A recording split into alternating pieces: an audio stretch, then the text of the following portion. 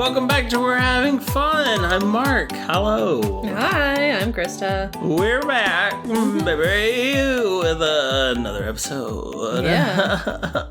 Okay, I don't know why you're doing that. Yeah. It's April. It's April. Happy April. Happy April. April Fools. It's yesterday, it's but March. sure. Okay. So, what are we doing this month? Just gassing it off on me. So, explain this. Do you want me to? I can explain. I don't care. Guess what, guys? We're doing Marvel month this month. I almost said week. Because we wanna get to some other stuff. So we're trying to just plot through some Marvel movies. Yeah, we want to move it along so that we can focus on other things. And the easiest way to do that is to go ahead and just have a month full of Marvel movies. Crank it out. And also, we'll be ending this season of The Mandalorian during April because there should be 4 episodes left as far as I know. Sounds right. And therefore, there will be 4 episodes in April. So we'll be doing Marvel and Mando all month. Yeah. Good times. So that means instead of ending our whole Marvel thing early next year, maybe we can end it before then. I don't know. Yep. We might have to do another one of these all Marvel months. Probably. Again, like in August, I think. Yeah. Maybe. Probably. So get ready for that. Hope you like Marvel movies. Yeah. Because our idea is we want to do more themed months. Yes. And when there's always a Marvel movie every month, it kind of disrupts the theme. Yeah. So. And also, we've been having problems like toward the end of the year when we have spooky season. And it's like, okay, I don't want to do a Marvel movie in October because we've got that. And don't want to do one in December because we got Christmas movies. We have Thanksapalooza during November. You know how it is. Yeah. We have Mayday. No. Goomba. No. Okay. No. So yeah, if we get through these, then we can plan out some more fun stuff. Sounds good. Well then, let's get into it with The Mandalorian. All right. Chapter 21. Yes. The Pirate. Yep. So they're back, baby. They're back. We missed them. We love them. So exciting. Yeah. These are not the pirates I want to see on my television right now. Yeah. What do you want to see? I want to see our Flag Means Death season 2. Silly me. Hello. Sorry. It's like, how can you not know? Yeah. Still don't have a trailer for that, but whatever. Have they announced anything about it? Nope. Okay. Well, I mean, filming's done. It's been done since December, so. Yeah. Hopefully they don't pull a Batgirl. I swear I will go to HBO myself. I will go to whoever's in charge. I thought they were selling it to BBC or something or no Discovery. Yeah, they're Discovery and HBO were merging. No, I'm not. I'm talking about the actual series. No. Okay. I mean, it was on BBC because they don't have HBO Max there. Okay, maybe that's what I saw. Yeah. Okay. But no, it's still HBO. Gotcha. Anyway. It's not TV. It's still HBO. Yeah, sure. But these are not let's get back to the thing. These are not the pirates that I want to see. Yes. These are annoying pirates. Yes. I was going to say not that the pirates that I love can't be annoying because sometimes. But, no. But I love them anyway. Yep. So what happened in this show? I forgot. We watched it a few days ago. Yeah, we watched it Wednesday. I didn't sleep a lot this week, so I forgot a lot of stuff. Yeah, he's been having to work overnight a lot. Yeah, it's a rough one. So, Grief Karga, he's doing his thing. That's the pirate? No. That's Carl Weathers. He's doing his thing on his planet, on his city. Is this the planet called Navarro and a city called Navarro? Is this another Sokovia situation? Yeah. It's very possible. I don't know. I honestly thought it was Tatooine the whole time. It's not Tatooine. I thought it was maybe another part of Tatooine. I didn't know. So that's what I know about this. I mean, as far as I don't think it is. Now I'm confused. What? Yeah, I have no idea. It's on the Outer Rim somewhere. Yeah, since most stuff happens on Tatooine anyway, but no, I'm pretty sure it's a different planet. Because this has lava pits and stuff. Yeah. And as far as I know, Tatooine does not. That we know of. Because they do, like, moisture farming and stuff. It's just all desert. Yeah. This has, like, some rocky bits and stuff. Probably Colorado. Yeah, probably. Rocky Mountain. Rocky Mountain High. Stop. You did it. You made me. You mentioned it. This is your fault. Anyway, so he's like doing his thing. I don't remember what it was he was doing, but probably talking. Oh, they were talking about they want to move the markets closer to the ports so that they could drive up business and everything, so that it's easier for the markets to get their product. And who cares? I'm like, okay, you were paying more attention than I was at this point because I did not remember. I just put Grief Karga. Grief Karga, baby. That's who it is. My first note is New Republic, not a threat. So, yeah, I don't know where that came in. But. I don't know. So the pirates show up. They're like, hey, we're back. We're back, baby! We're back. And that means, of course, Gorian Shard. He is the pirate. The big main pirate. He's there with his big ship, this big corsair. And I don't know why I wrote he shot first. But there was some kind of oh yeah, he does shoot first. Because he's talking about his pirates that they were shot, and Grief Karga's like, well, they shot first. Well, he shot first, yeah. Because talking about Vane, he was like, well, he shot first, and I was like, and we get that. I understood that reference. Yes, exactly. Yeah. So then the pirates attack. Yeah, and he's like, hey, droid, go get everybody to escape the city before he started attacking the city, right? Did he? They didn't get rid of anybody. Everybody's still just walking around. Well, they're running at this point because they're... Yeah, once it starts shooting, that droid did not do his job and should be fired. You know who would have done his job? The butler robot from Bo-Katan's palace. Castle, yes. Yeah. So... Well, that one's dead, Not all droids are the same. So he sends out a message to... Yeah, he does. He does. To anybody who will help, basically. Yeah. And, technically, he specifically goes to Captain Carson Teva. Yeah. Of the Adelphi Rangers.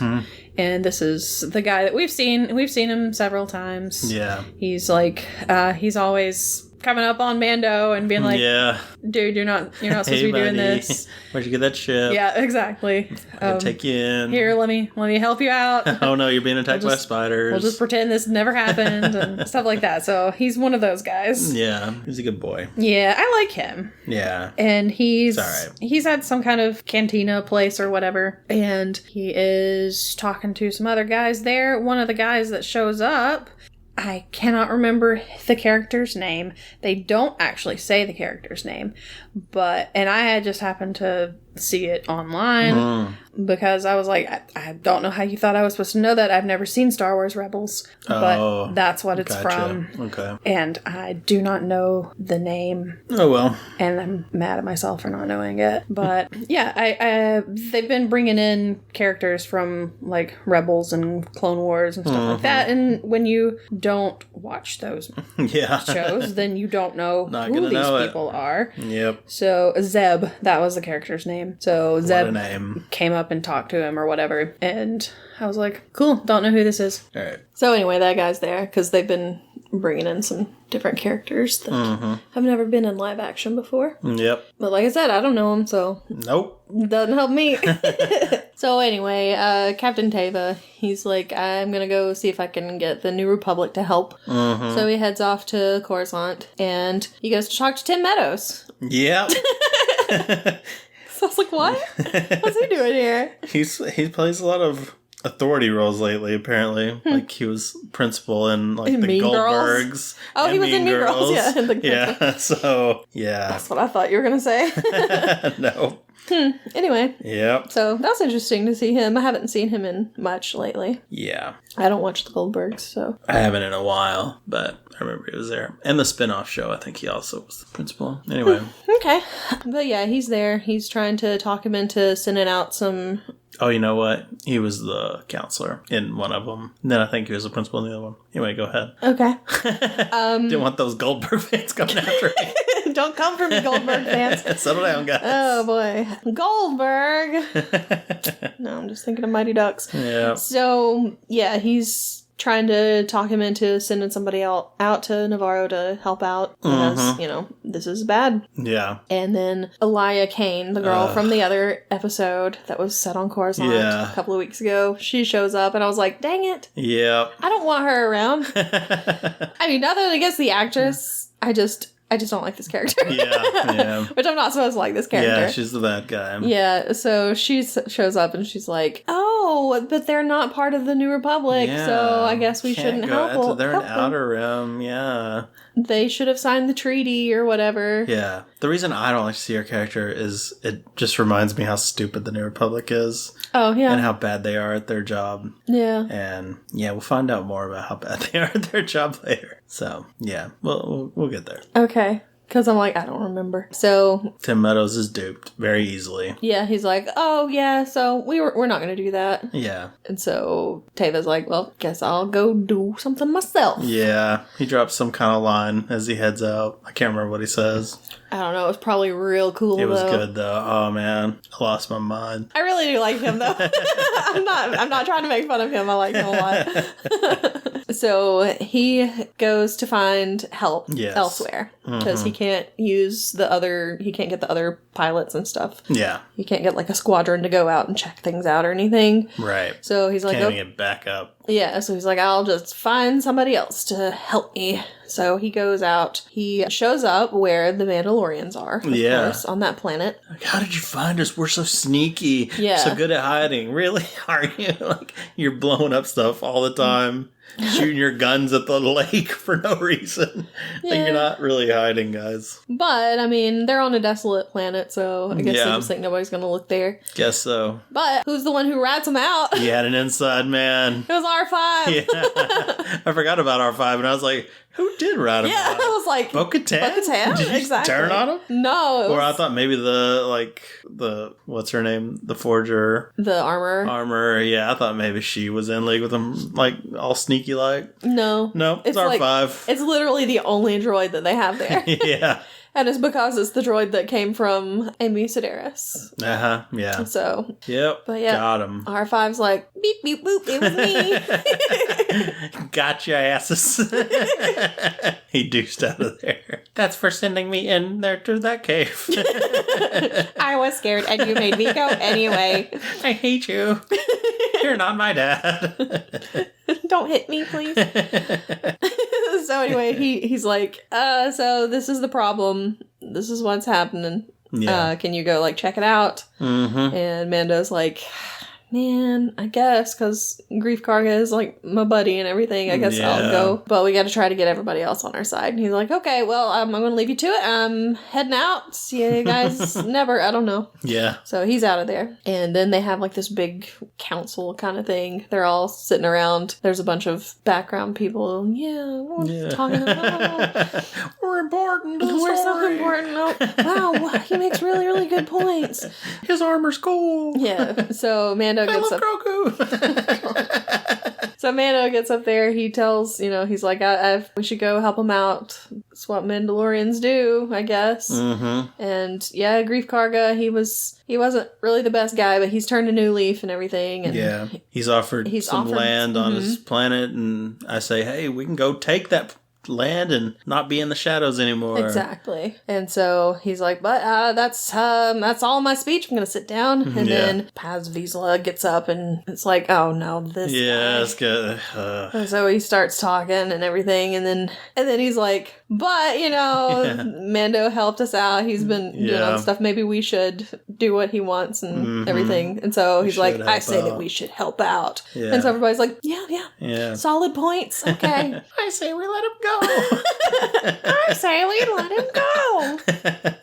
Anyway, so they have decided that they're going to go help out. Mm-hmm. And I guess they just head on out. So we go back to Navarro. We find out that the Anzellans are still in the city. Because it was like, well, what about the Anzellans? They're there. They're under the little guys. Yeah, the little... Babu Frick. Yeah, Babu Frick and his little pals. Yeah, but everybody else is gotten out. Well, those that didn't die, I guess. Yeah, those that didn't die, and also Yeah, all those people, but they did leave the little guys in the tree. Yeah, they're not getting out of that tree. Yeah, I cannot remember what like their race is. I don't remember. But it's the whole Salacious Crumb guys. So the pirates are in the city. They're like drinking in the schoolhouse. Mm-hmm. Tearing things up. Mm-hmm. Just being... Smoking in the boys' room. Exactly. Yeah. Just being real jerks about everything. Real pirates about it all. Exactly. And that's when the Mandalorians show up. Mm-hmm. And then there's a bunch of fighting. Yeah. And they're dogfighting. 0 notes. Yeah.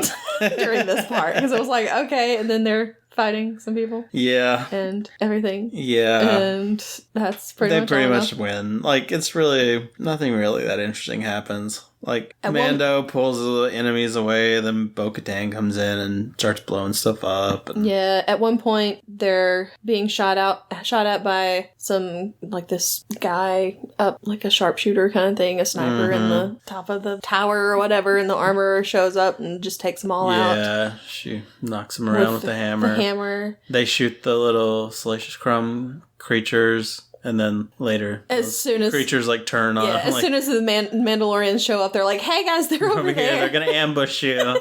So be cool. Don't let them do it. Yeah. So. They take down like all of the other ships, all of the pirate ships. Yeah. Except for one, which has Vane in it, and he's like, I'm a head out. Yeah. Bye. He just gets out of there. He's a coward. Yep. So he takes off. Yeah. And then they take down the big pirate ship. The big bopper. He's there. The big pirate ship. Yep. And once they have taken the ship down, Grief Karga's like, thanks for your help and everything. We've got some land for you if you want to live on it and everything. That'd be great. And yeah, we'll do it. Yep. Yay. Exactly. Big hugs all around. Yeah. So yay, they're going to be staying on the planet. Yes. So then the armorer wants to speak to Bo-Katan. Yes. And so they go into the sewers where they had a forge and everything. And the armorer is like, take off your helmet. And I'm like, sounds so forceful. Take off your helmet. Well, she did say it kind of forceful. Take off your helmet. Okay, sure.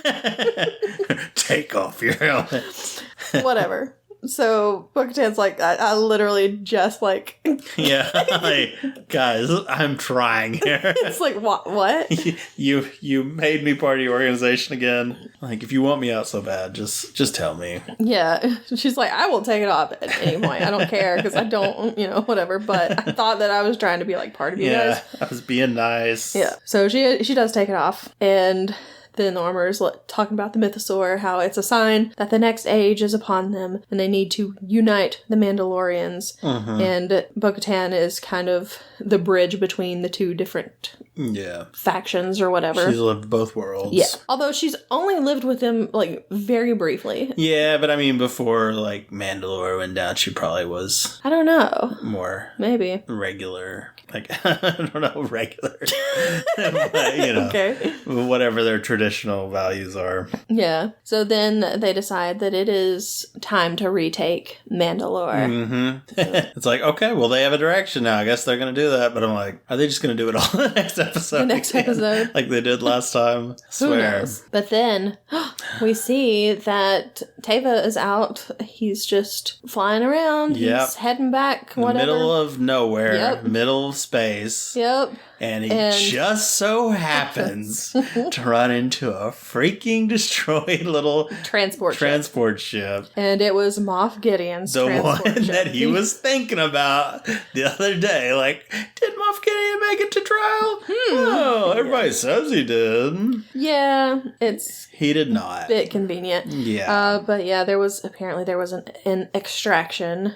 And how does he not make it to trial? How bad is the New Republic that he doesn't even make it to trial and nobody knows about it? Nobody cares. Like, I don't know. If he had escaped and everybody's like, he escaped, he didn't make it, fine, but nobody even brings it up. Cares. No. It's so like, y'all are the worst, man.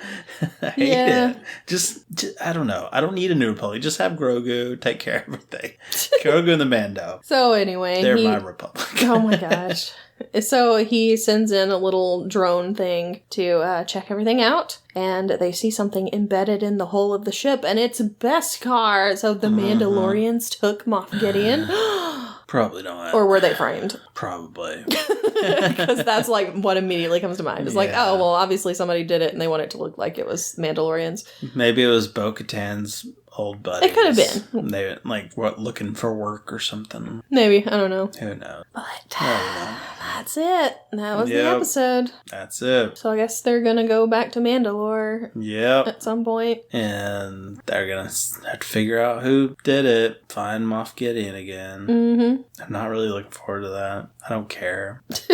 We already defeated him once. Like, okay. I mean, he doesn't have the Darksaber anymore, so. He doesn't. Yeah. I guess we don't have Luke around to do it. But, to take care of everything. Yeah, but I mean, Luke was... I mean, he took care of all of the... What was it? Yeah, all the Dark Troopers. Dark Troopers, yeah. Yeah. But, I mean, he took care of them. He destroyed all of them, so... I mean, unless there's some more somewhere. Probably. They're probably in the, trash bin at the New Republic. Oh, yeah, probably. I was going to say, they're probably staying... They're probably the guards. I was going to say, no, they put them in the Amnesty Hotel with all the other... They still have all their equipment and everything. Yeah, they're just... Didn't want to take that off of them. They have their own rooms there, too. Yeah. They put them in maid outfits, and they're the ones who clean the rooms. Yeah, for all the nice. old Empire Imperial people. Yeah. I would be more interested.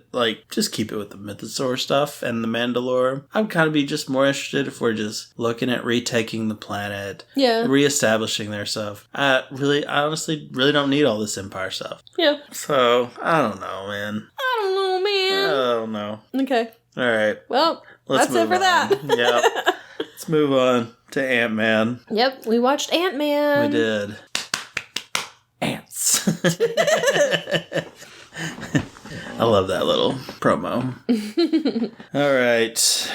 Ant-Man. I'm trying to think what I was thinking about Ant-Man. I was worried about Ant-Man, I remember. Okay. Because Edgar Wright originally was going to be on it, right? Then he had trouble with Marvel, and then he got kicked out, and then they were bringing in somebody else, and I was disappointed with that, and what are they going to do? Because they had already filmed stuff, and how was it going to work out? So I was kind of worried about this film. Yeah. But I honestly think it's pretty underrated. Yeah, I actually... All the Ant-Man films, I think, are... Well, I don't know. This is the only Ant-Man movie that I really like. Oh, yeah? And this is only... Well, I like Quantum. Can you guess? This is only the second time I've seen it. Yeah, okay. But, so maybe when we watch Ant-Man and the Wasp again, I will like it better. It's got some good stuff. I really like this one. Yeah. This one was fun. Yeah. I like heist films anyway. So you put a heist film with some superheroes, and I'm like, yes, this is my jam. So. And they really took advantage of a lot of, playing on the, small stuff and everything, which is great. Yeah, exactly. Yeah. So I really like this movie, and I still do. I've probably seen this, I don't know, 3 or 4 times maybe now after that. So I still think it's enjoyable the whole way through. Yeah. Yeah, it was very fun. And it's pretty fast. So it doesn't feel slow. It's 2 hours, but it didn't really feel like that. Yeah. Yeah. And it also has Paul Rudd, which means that Yeah. I'm probably going to like it. I like Paul Rudd, too. He's great. Did you see this one in the theaters? No. Okay. All right. When did you say you probably did? What? Started seeing them in theaters? Oh, well, I mean, I saw the War. first Iron Man one in the theater. Well, yeah, but you got back into them, you said. Probably Civil War. But I still didn't see all of them in the theater after that. It's just... Yeah. Certain ones I do, some of them I don't. Yeah. I don't know. Makes sense. It just depends on how, interested I am. Because, if it's an Avengers one, I'm probably going to see it in the theater because... Or at least that's what it was before. Now it's any of them I'm going to see in the theater. Yeah. But, yeah, I would probably see it because it's got all of them. But when it was just individual ones, a lot of times I didn't watch those until they came out on DVD, especially if it was a character I didn't really know. All right. So, what happens in Ant-Man? Well, it starts off in 1989. Mm-hmm. You have Dr. Hank. I was but a young boy. I was but a young girl. Little did we know. All of this was happening. We would one day talk about this event. Dr. Hank Pym shows up to, I guess it's like a SHIELD thing. Yeah. Is that Sharon Carter? Not Sharon Carter. Agent Carter. Agent Carter. Peggy Carter. Peggy. Yes, that was Peggy. She looked different. I mean, she's older, but... Yeah, they did a good job on the makeup with her. I didn't even recognize her if she hadn't talked in her British accent. But yeah, that was Haley Atwell. That was definitely her. Nice. Howard Stark is there. Yep. Old Howard Stark. Mm-hmm. Not new. Yeah, young Howard Stark. Played by Dominic West. Yeah, different actors. This is John Slattery? That sounds right. Something like that. Trevor Slattery, actually. It's the Mandarin. Oh. Then I could be completely wrong with the last name. I don't know. No, that sounds right. I know he was the guy. He was in Mad Men. Yeah. And I never watched it, so. Yeah. And then some other dude. Some other guy whose name... He just wants to be punched. ...is Mitchell Carson. Okay. They do say it later in the movie. Do they? And apparently he was like a former director of S.H.I.E.L.D. or something. Sounds right. But they're all there. They've been trying to replicate Pym particles. Mm-hmm. And Hank Pym wants nothing to do with it. He's mad. Very pissed off. Mm-hmm. So he's like, how dare you? Don't do this. Yeah, like, you don't know how dangerous these are. Yeah. Don't take these anymore. Yeah. I'm taking them home. I'm taking my toys and going home. He punches Mitchell Carson. Yeah, well, he slams his head against the desk. Because the guy's like, well, maybe if you'd have helped out your wife, yeah. she wouldn't be dead. Yeah. He's like, slam against the desk. Oh, man. So, yeah. And then he walks out and he's like, bye. Yeah. He's gone. He's deuced out. Yep. He's pooped out. He's pooped out. Drop the deuce. Anyway. So then we jump to present. I wanted to say, young Michael Douglas, like, I remember that they aged him down, and I was like, how's he going to look now? Honestly, it doesn't look too bad. No, it wasn't bad at all. Surprisingly. Yeah, coming off of like Age of Ultron, where the CGI and the whole, like, opening bit wasn't too great. I was like, this is not going to have aged well. I know it's not. But no, it looked good. It looked really good. Yeah. So they did a good job on that. Mm-hmm. Then we jump to present day of the film. Yep. When everything in the film happens. Scott Lang is in jail and he's fighting this guy. Mm-hmm. And they're just he gets punched, then he does a punch. He tries to punch him in the stomach, doesn't go well. Yeah. The guy's really he's beefy. Yeah. He's a beefy guy. But then they just kind of laugh it off and they're like, well, hopefully I'll see you at some point, Scott. Yep, that's how they say goodbye in prison. The Dementors. So yeah, he's being released. Yep. And his friend Luis comes to pick him up in his van. Yep. And they were former cellmates. Mm-hmm. But his wife or girlfriend they're driving away and he's like, so how's your girlfriend? He's like, she left me and my mom died and my dad got deported, but I got the van. Yeah. He's such a fun character. He is. He's one of the best parts of the Ant-Man movies. Yeah, and it's a shame he's not in the third one. I was going to say, that's one of the things that people didn't like about the third one. Yeah. Is because he wasn't there. None of the other like side characters like this were there. Yeah. Like Cassie's mom and... It's got it going on. No. Oh. And, some of the other characters. Yeah. Weren't there, and it was like, oh, well, we missed them. Those are fun characters. Yeah, it would have been fun to have him just, like, commenting on how weird everything is. Yeah, somebody said that it would have been fun to have him doing the thing at the beginning of the movie, where instead of Scott talking about, like, his life story or whatever, it would have been fun to have him doing it instead. Yeah, so I can see that. I guess, but he gets a little rambly. Yeah, it's funny. Does. It's funny in spurts, but if you're doing the whole movie with him doing it, well, it wasn't going to be the whole movie. Not like talking over the whole thing, but I mean, it would still be a little too much. I think it would have just been like the first minute or two. So, but anyway, whatever. Scott is working at Baskin Robbins. Mm-hmm. His boss finds out that he was in jail. Yeah, he didn't. Baskin Robbins always finds out. Yep, he didn't let him know. So he gets fired. Yep. He goes back to Luis's apartment, and he's got two other guys that are there with him. Yeah. Kurt and Dave. Yep. And one is Polka Dot Man. Yes. What's his name? I don't know. The actor? I don't know. Okay. And the other one is... No. The other one's T.I., the rapper. He's kind of weird. Okay. Don't know anything about him, so... Yep. So, that's the crew. Mm-hmm. Luis has a job for Scott, and he's like, no, I'm putting that behind me, and no more crime. Not doing it. Just eating waffles. Exactly. Those waffles looked good. Yep. So then we go to Hank. They give a lot of backstory of that too, by the way. It's like, he's the guy that did this. He worked for a company. They were stealing money from their workers and taking it from them. So Scott got fired when he tried to blow the whistle. Then he hacked into their system and gave billions of dollars to everybody or whatever. I don't remember he took the money back and gave it to the people it came from or whatever. And he's like, why are you telling them my life story? Yeah. But anyway, now we go to Hank. Mm-hmm. Hank is retired But he's showing up at Pym Tech, whatever. Yeah. And he hasn't been there in a long time. So long that people are like, whoa, it's Hank Pym. That's weird. Yeah. But he goes in. They're whispering right in front of his face. Yeah, they're like, oh my gosh, is that Hank Pym? It's like, so you were 2 feet in front of him. Yeah. He can hear you. Yeah. It was weird. But this is where we're introduced to Hope Van Dyne, who is Hank's daughter. Yep. And also Darren Cross, who I keep wanting to call Darren Criss, even though Darren Criss is an actor. This is not Darren Criss. This is Darren Cross. It is. And we know him, of course, because we've watched Ant-Man 3. Yep. Spoilers for Ant-Man 3. You might want to skip this. If you... Sure. He's MODOK. He's MODOK. Yay. And of course, when his face showed up the first time, I was like, no. Oh, no, I see it. Just see it all stretched out again. Anyway. It's the worst. So Hank is there because they're having like a demonstration kind of thing, or he's talking about, they don't really do a demonstration, but he's talking about how he's going to be moving forward with, he's basically changing the name to like to Cross Industries or something. Yeah, whatever. And it's like, okay, whatever. And he found there's like footage of Ant-Man, the original Ant-Man, which of course was Hank Pym. Mm-hmm. Even though he told people that, that tech didn't exist because he hid it away from the world. Like, you said it was just a legend. It was Tales to Astonish, which is the comic book. Yeah, figured. Ant-Man first appeared in. Yep. So he tells them that the end of warfare this is the end of warfare as we know it, the Yellow Jacket. Yeah. He shows the suit that he's created. Mm-hmm. And the suit, of course, can shrink and everything like Ant-Man can. But, it's cross technologies is what he's changing it to. Mm-hmm. But he still can't shrink people. Yeah. He hasn't figured that out yet. He hasn't gotten there, but he's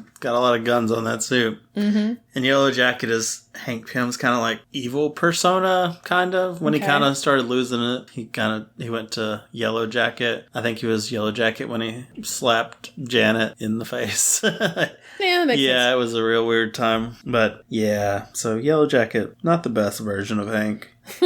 Yeah, so there we go. That's what he's doing. Mm-hmm. He was wanting to sell it to the highest bidder. Mm-hmm. Yep. Okay.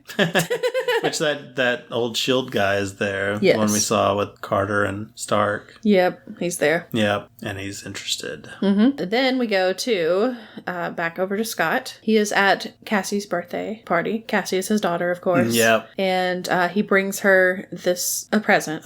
She opens it, and it's this rabbit that just looks terrifying rabbit. It's real scary looking. Yeah. And it's like, I'm your best friend or whatever. And she's like, I love it. Yeah. She's so cute. But he's not supposed to be there. No, because he doesn't have like visitation rights and everything. Right. Yeah. And so he gets kicked out of the party. Yeah. His ex-wife is like, look, if you get a job and do all this stuff that you're supposed to be doing, then we'll talk about visitation. Yeah. And really, I mean, they're right. Yeah.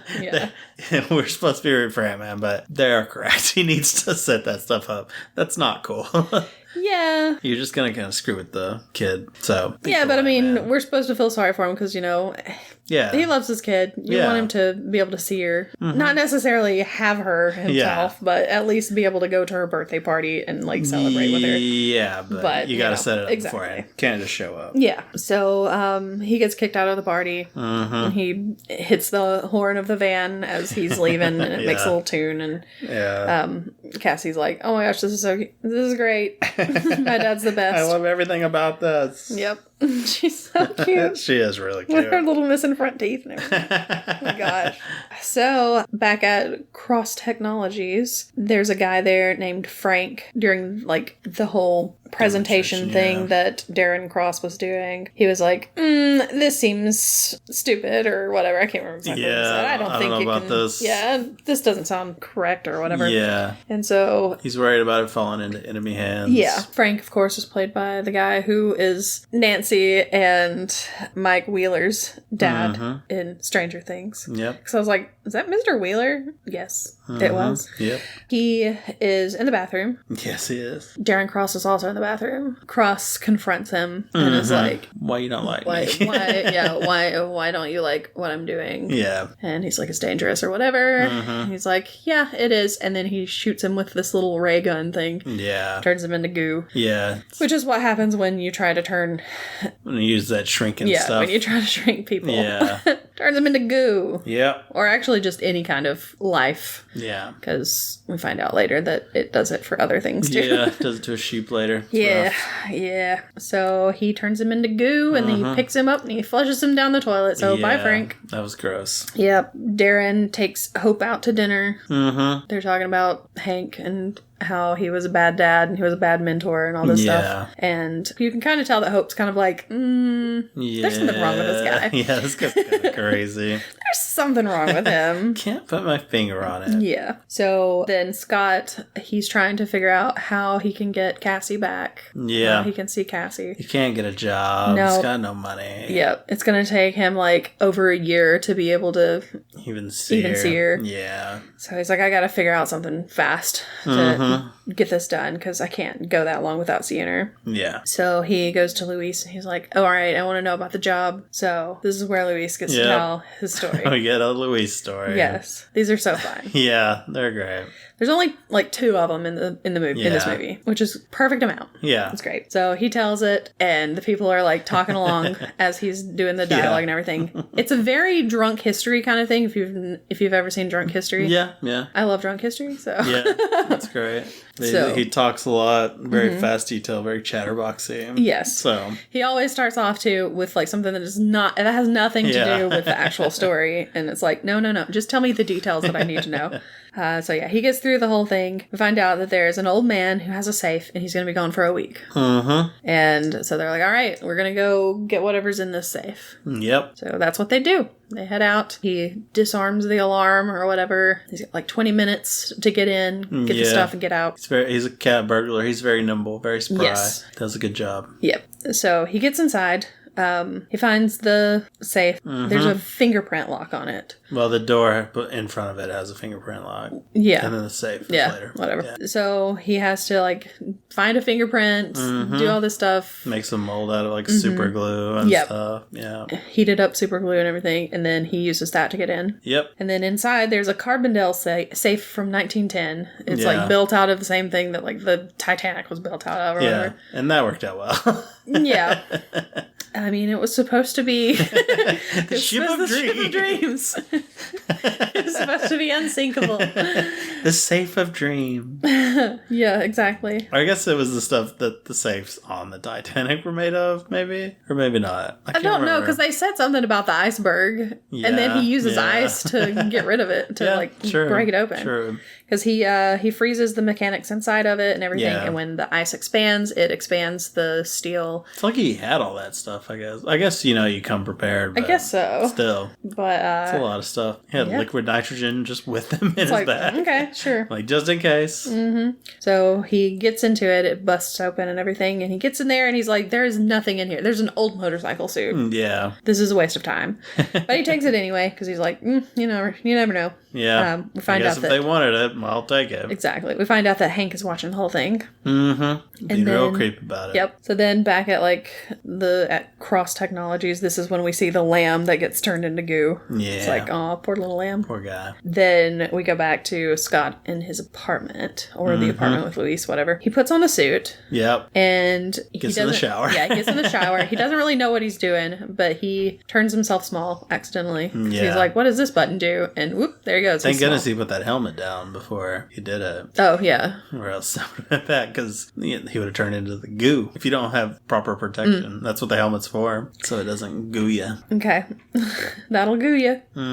So he goes small. He's in the tub. Luis comes in and turns on the water. And so he has a trial by water. He has to get out of there. And Hank's talking to him the whole time. Yes. That he knows what he's doing. And this is his test. Yep. So he makes it. He gets out of the tub. He makes it out of the tub. He falls through the floor. He falls he sees Luis. Oh, yeah. He's like, I do not want to see this, because you can hear like a zipper unzipping. And it's like, nope. He falls through the floor. He falls through to the next apartment below where there's having a party. They're raving all the time. Dumped on. He falls down to the floor below that. There's he gets vacuumed up. Yeah. But he gets out of the vacuum. To shoot through the bag. Goes through the wall. There's a rat. Yeah. and then he ends up flying out the window. He falls onto... Is this where he falls onto the car? And it does a little... Yeah, I think so. Ping. Yeah. and then he turns back big again. And the guy in the car is kind of like, what the heck? But Hank's like, all right, you did it. I'll be in touch or whatever. And he's like, nope, I'm taking the suit back. So he takes it back. As he returns it, or after he returns the suit, or as he's returning it, he gets arrested. Yeah. So he's in jail now. Hank shows up pretending to be his lawyer. Yeah. And he has ants like cover the CCTV so that they can't see what's happening. You would think somebody would come in and wipe that camera down. You would think so, but I guess no. not. You find out that he got him to steal it on purpose. Basically, he put the message out so that he would hear about it and come try to steal it. Mm-hmm. And he's like, you can go back to jail, or you can take advantage of your second chance and await further. Looking at it a little closer. Or something. Await further instructions. Yeah. So he goes back into his little cell and he waits. And these ants show up. Yeah. They bring the suit, like the tiny version of the suit, and it pops up big again. He puts on the suit. He gets out of there. Yep, just in time. And he escapes. He flies away on an ant, which is number 247. Yep. Which he later names Anthony. Yep. He flies away on it and everything, and then he ends up passing out, and he wakes up in a bed. Hope is like at the end of the bed watching him. And he's like, were you like here the whole time? That's weird. Whose pajamas are these? Yeah, exactly. But she's like, all right, well, Hank wants to see you. And he's like, who's Hank? Yeah. So he goes downstairs, he talks to Hank, finds out a little bit more about his backstory, about how he had PIM technology or whatever. And Cross was I almost said David Cross that time. No, definitely not. Nope. Darren Cross was his protege, and he ended up he and Hope and some of the other people ended up voting him out, basically. Yeah. Yeah. So he kind of had to retire. And so oops. Sorry, Hank. And I guess that's all we found out right there. I don't really know. Oh, well, he does tell him that, he needs somebody to help him. I want you to break in and steal stuff. Steal some stuff. Yep. So that's what it's going to be. He's going to have to... That's why he got him, because he needed a cat burglar. And he needs him to steal some stuff for him. Yep. So, meanwhile, Darren Cross has figured out how to do the shrinking of living things. Yeah. It has to be protected. He finally figured it out. Yep, because he tries it with another lamb, but it's like in a little encased thing, and it works. I don't understand why, though. Like, he had the suit, so why didn't he try any of them with the suit on, and that would have worked? Yeah, I don't know. I guess you can't dress a sheep up in the yellow jacket suit. Can you? He could have just put like a bunch of rats in there. Because he did. Fill it with rats. Was using mice. Oh, that would be a nightmare if there's just a rat king yellow jacket suit running around. Yo. But yeah, he figured it out. He figured out how to do it. Then Scott starts learning how to be Ant-Man, basically. So he learns how to fight. He learns how to... Which... Hope is happy to show him how to fight. Punches him a lot. Yes. This is where he names Anthony and everything. He has to learn how to control the ants. Yeah. There's a part where he's sitting there, he has tea or coffee or whatever. Yeah. And Hank's like, do you want sugar? And he's like, yes. And then the ants start pushing sugar cubes, and he's like, on second thought, no. I don't want that. I don't want them touching my sugar. That's gross. Yeah. And it is. It is. But yeah, he finds out that Hank can control the ants, so he has to figure out how to do that also. Yep. Which Hope ends up kind of helping him with that too. Yeah, because she's really good at it. Yes. She's good at all this stuff. Yeah. Tells him how to concentrate on it and everything. She thinks she should be in the suit. Yeah. She doesn't understand why Scott gets to do it. Yes. And finally he tells her, he's like, it's because I'm expendable. You're his daughter. Yeah. He doesn't want anything bad to happen to you, you idiot. You're more important than the PIM particles and all that. Exactly. So Hank does tell him that he shouldn't mess with his regulator. Mm-hmm. You don't want to go subatomic because it's beyond bad. Space and time. Yep. You can lose your mind. Yep. It's bad things. Don't do it. Also, he tells people that his wife, Janet, died in a plane crash. Yes. And Hope's like, why do you keep telling people? Why do you keep lying about this? Why don't you just tell people what actually happened? Yeah. Because she doesn't even know. Yeah. But then finally he does tell. Yeah. And it's like, the story is like they were trying to stop an ICBM from that was shot off from a Russian base, and like they were trying to get through the titanium shell and they couldn't, so they were gonna have to go subatomic. Yes. He couldn't because his regulator was broken or something. Yeah, something was wrong with it. Yeah, so she did, and then he never saw her again, but she did it. And he's like, I couldn't tell you. I had to protect you. Like, why wouldn't you tell her? Like, what's wrong with that story? It's like, I didn't want to tell you that your mother was a hero. It's like, why not? Like, I don't know if she was like, if they... Like, he was like she was gonna take over or try to be a hero following her footsteps. Yeah, or maybe just blame him for it. Yeah, could be. But yeah, not. It's like, what a bad idea. It's like, okay. Yeah. Yeah, didn't really make sense. Yeah, Hank has bad judgment. Yeah. Not just in this. He's kind of known for that. Anyway, so after he lost Janet, he started trying to find out as much as he could about the quantum realm. Mm-hmm. But there's still so much about it that nobody knows. Yep. At least at this point.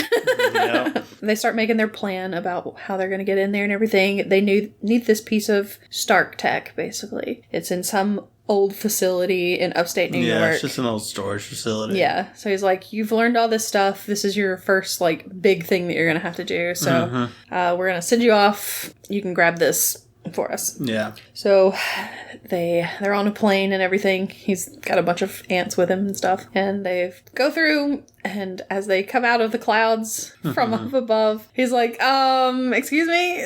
I thought you said this was an old facility. It's the new Avengers headquarters. Yep. It's the new Avengers base.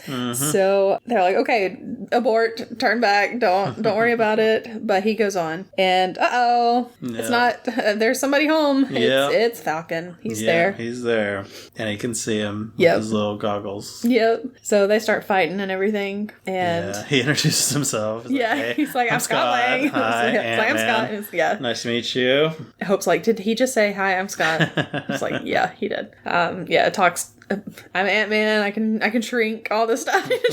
I'm here to get some tech. I'm just gonna do that, and then I'll be out of your way. We're just borrowing it for a couple of days. I'll bring it right back.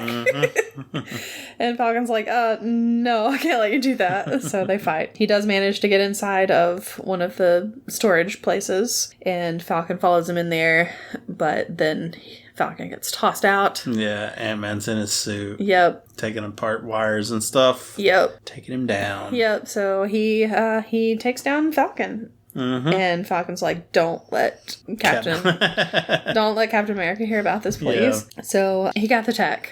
He did manage to get the piece of tech that they needed. So the game is on. So while they're sitting there kind of discussing it and everything, Hank goes to the next room or whatever, and Darren is there.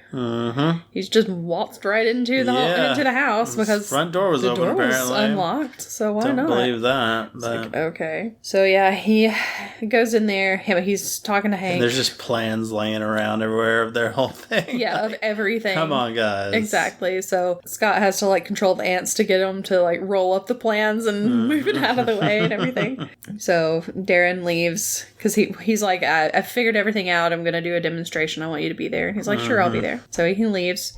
He calls Hope, and because Hope is supposed to be still on Darren's side. Right. She hasn't been talking to her dad and everything. They're estranged. And he's like, I'm tripling security. I'm going to do all this stuff so nobody can get in. Yep. So they have to figure out how to get in. And they can't get in through the air vents or whatever now. So he's like, we'll go in through the water pipes. So, but we're going to have to expand the team. Yeah. Need somebody to turn down the water inside. Yep. And Hank's like... And Hank and Hope can't do it. They're going to be next to Darren all the time. Yeah. So they need somebody in there in security. They need a getaway driver, and they need somebody who can like hack into it. And Hank's like, no, we cannot have these guys.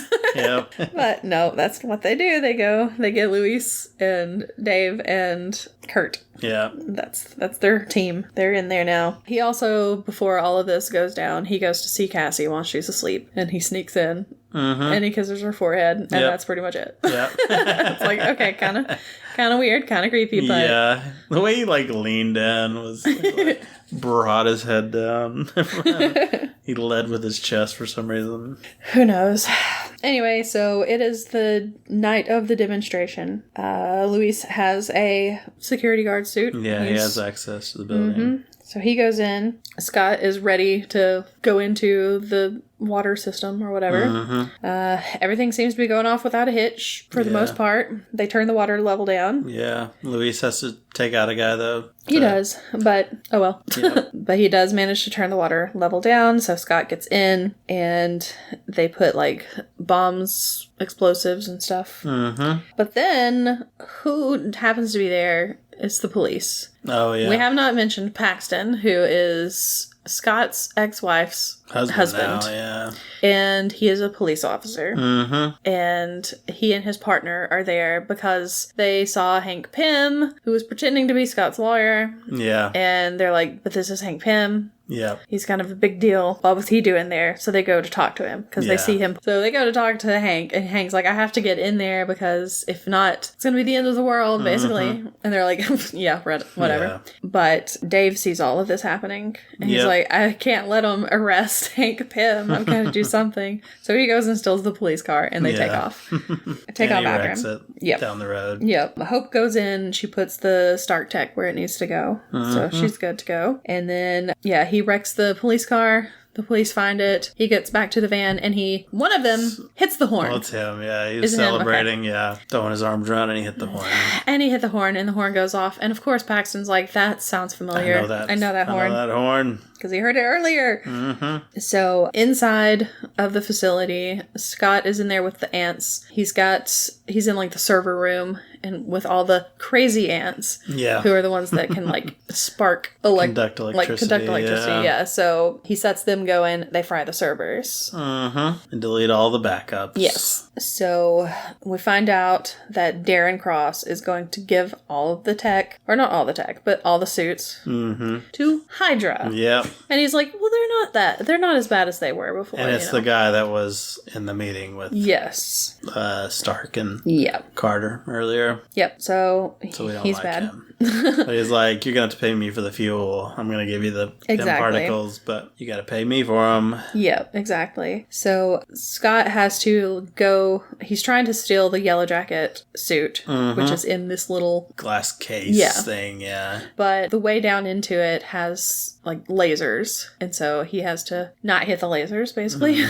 So that's what Kurt is working on, trying to disable the lasers. And he does I don't understand why there's a whole thing, a whole downloading thing. Why is there... And why are there lasers in that anyway? I don't know. Just in case he's going to come through there. I guess so. But he does manage to disable it just as he is dropping down into it. Yeah. But the suit gets pulled down below it, and he is trapped in the glass cage now himself. Yeah. Darren knew the whole time somehow. He knew what was happening. He probably saw the plans. Yeah, maybe. Because you don't know how long he was in there. Yeah, that's true. Because he knew that Hope was there. Yeah. So he probably heard him talking. Probably. So, he's been caught. You would think Hank would have had some, surveillance ants around at all times around the house, just in case, but no. Guess not. He didn't. Although he says that he can see everything. Yeah. But obviously not. Didn't see that. Didn't see that coming, did you, Hank? I don't have a lot of notes for this next part. Okay.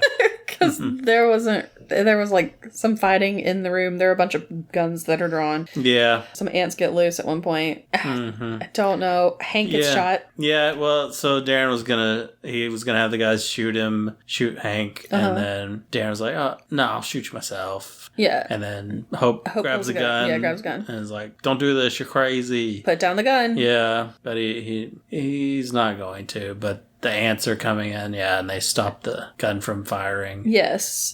But Scott throws some Pym particles at the glass and explodes it. Mm-hmm. So he comes out and starts punching. And Hope joins the fight. Yeah, in the fray, Hank gets shot in the right shoulder. Yes. So he's down. Yeah, and so... the dude from Hydra grabs some Pym particles and runs away. Yes.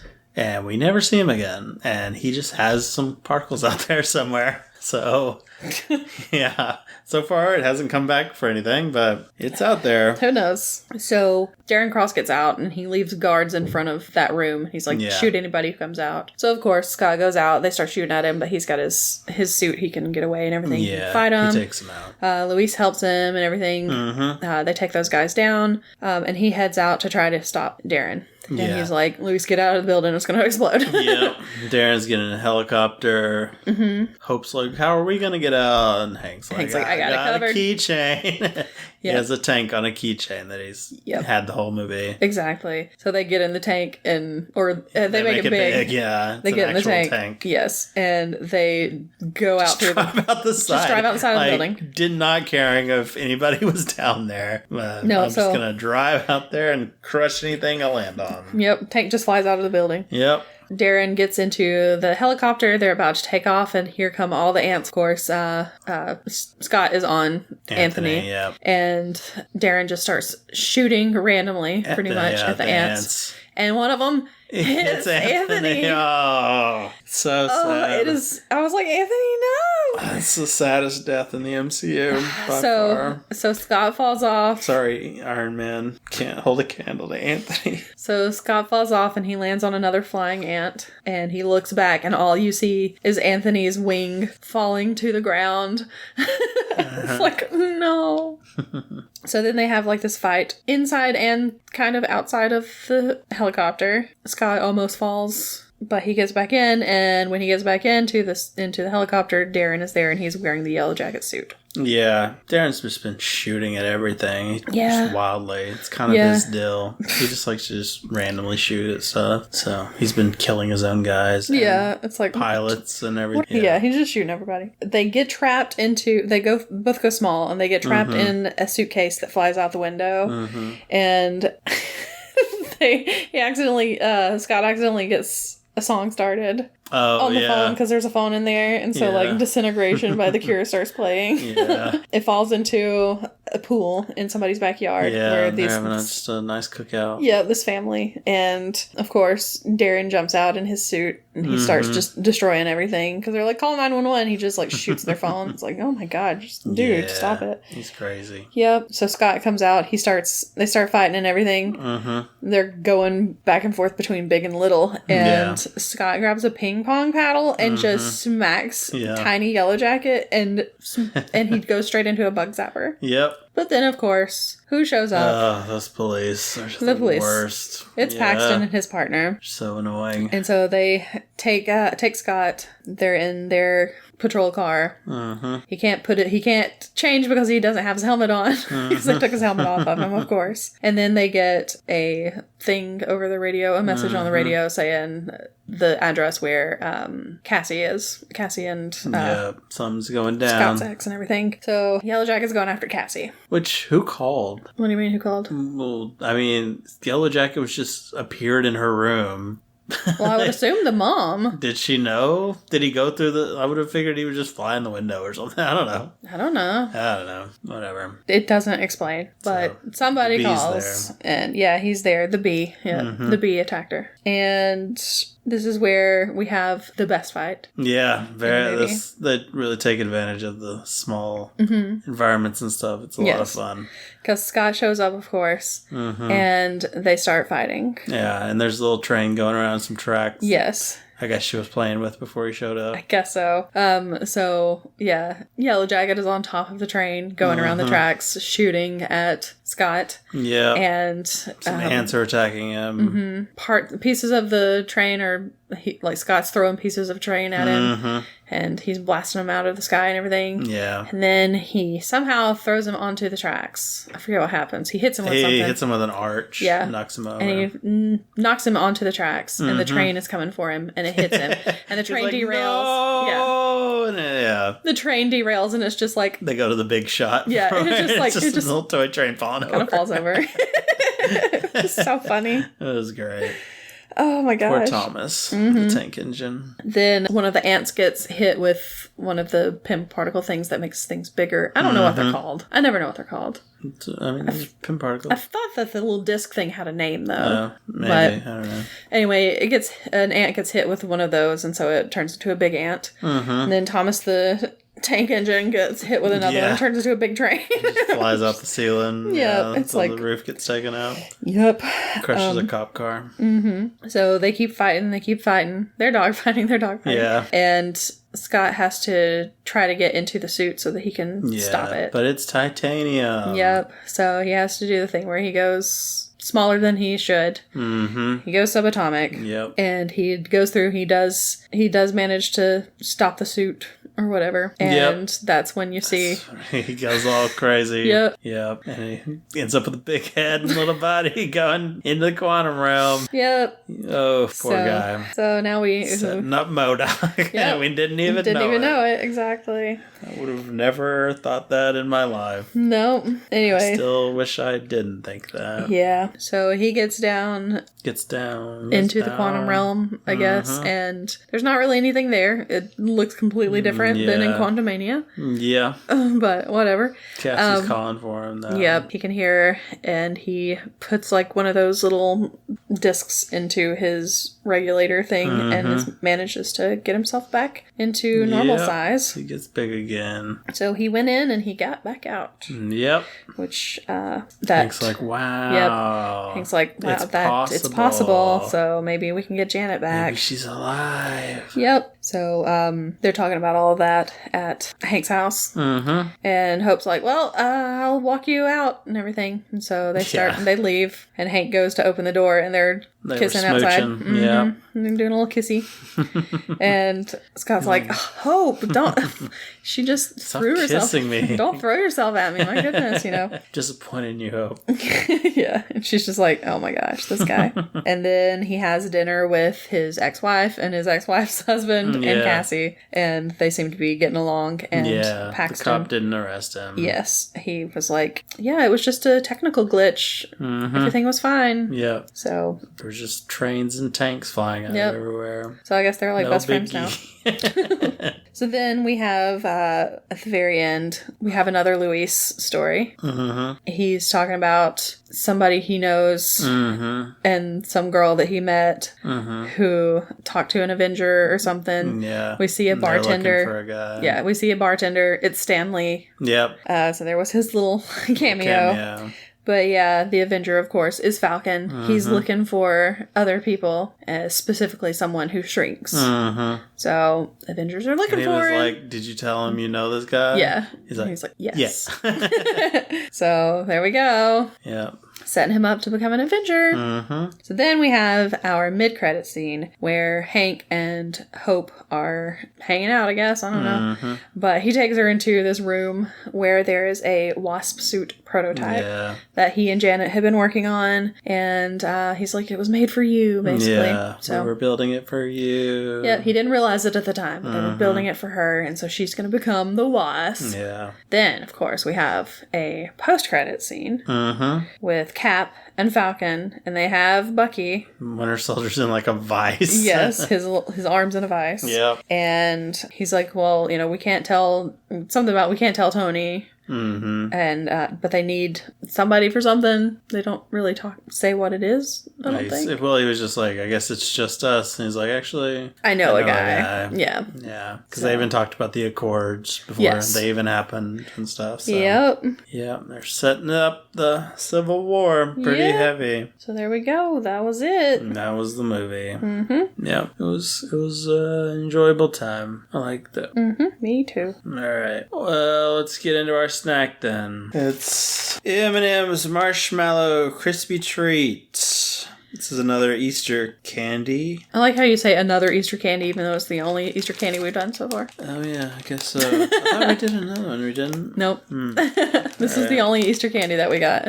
Well, we got Easter candy. Yeah. M&M's Rice Krispie. Easter's about to be here. I'm worried about these, because they look like the crispy M&M's, and I don't like the crispy M&M's. You don't like the pretzel M&M's. I don't like the pretzel M&M's. I thought you liked the crispy cookie ones.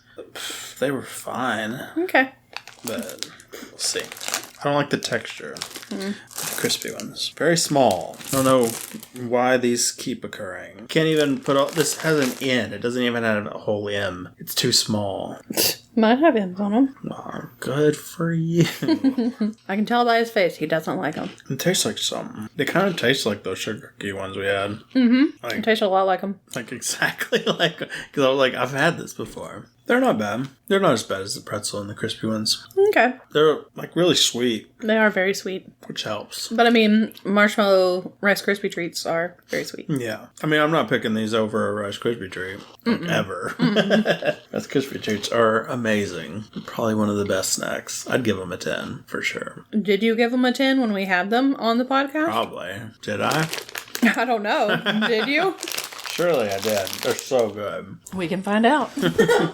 You gave Rice Krispie treat stars. Rice Krispie treats that I made myself and cut out into star shapes. A 9. Well, I retcon it to a 10. I also gave him a 9. Oh, okay. Yeah, I'm going back. We were trying to be diplomatic then. We were like, there's going to be other stuff that's going to be really good, but Rice Krispie treats are amazing. Yeah. So I'm going back and giving them a 10. These, I'm going to give, they really weren't bad. Yeah, like a 7. The basic 7. I was going to say 7.5. Good. So, yeah. Yeah. So I'd say they're worth a little treat. If you want something real sweet. Mm-hmm. And like if you like M&Ms. If you like crispy stuff. Yeah. Yeah. They're pretty good. They'd be good to put those little plastic eggs for your kids. Yeah, hide them around. Mm-hmm. Because they don't melt unless they're in your mouth. Not in your hands. And not in eggs, apparently. Not in eggs. All right. Well,